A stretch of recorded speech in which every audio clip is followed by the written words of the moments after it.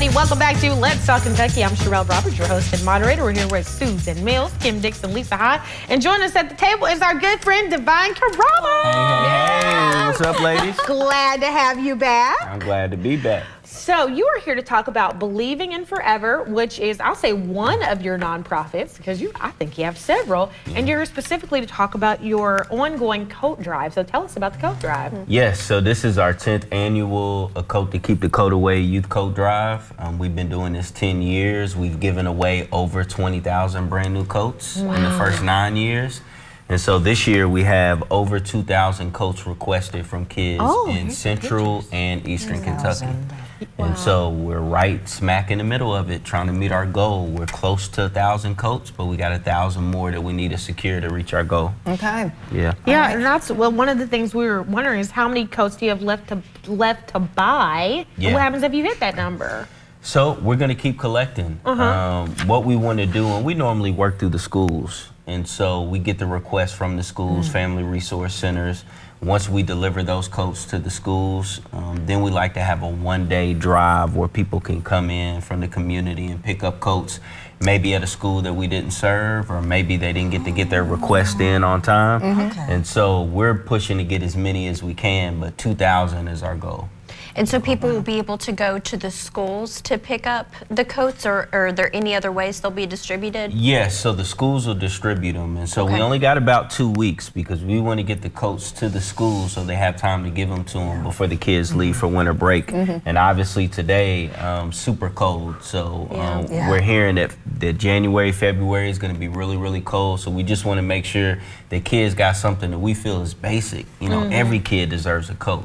And being a single father myself once upon a time, living in poverty, sometimes a coat can make or break you.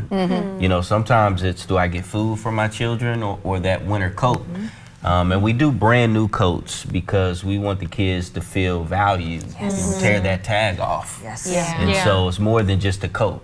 So let me ask you this. You talked a little bit about the backstory, but this is year 10. Year 10. What kind of gave you the original vision to do coats? Because we see people doing shoes, we see people doing school supplies. Like, what was the coat thing in your mind, really specifically about? Well, I think for me, even whether it was my artistry, music, whether it was activism, I always tried to find a gap and just fill it. I didn't want to reinvent the wheel. And so I remember just driving to work one day and seeing a bunch of kids at the bus stop without a coat. And I remember asking them, you know, that OG, you know, where your coat at? You know, and I remember this kid saying, hey, my mom said I got to wait a couple more paychecks before I could get one. And it instantly took me back to those struggles. And so I just said, you know what, let me start doing a coat drive. You know, it was that simple. Nobody else was really doing one at the time. And so just trying to do my part to make the community better, and I felt like this was my small part, just doing a coat drive. Everybody does toy drives, which are great, but every kid needs a coat. Very true. Especially here in Kentucky. So how can people donate? How do we know what to bring? That Sure. So Believing in Forever is a 501c3 nonprofit, so people can donate monetarily, but they can also drop off brand new coats at Consolidated Baptist Church, which is kind of housing our coat drive. Monday through Friday, 9 to 5. And, you know, we'll take donations, but we kind of like when people drop off coats because they can kind of be a part of it. And then there'll be volunteer opportunities in the final week where people can actually help us deliver those coats.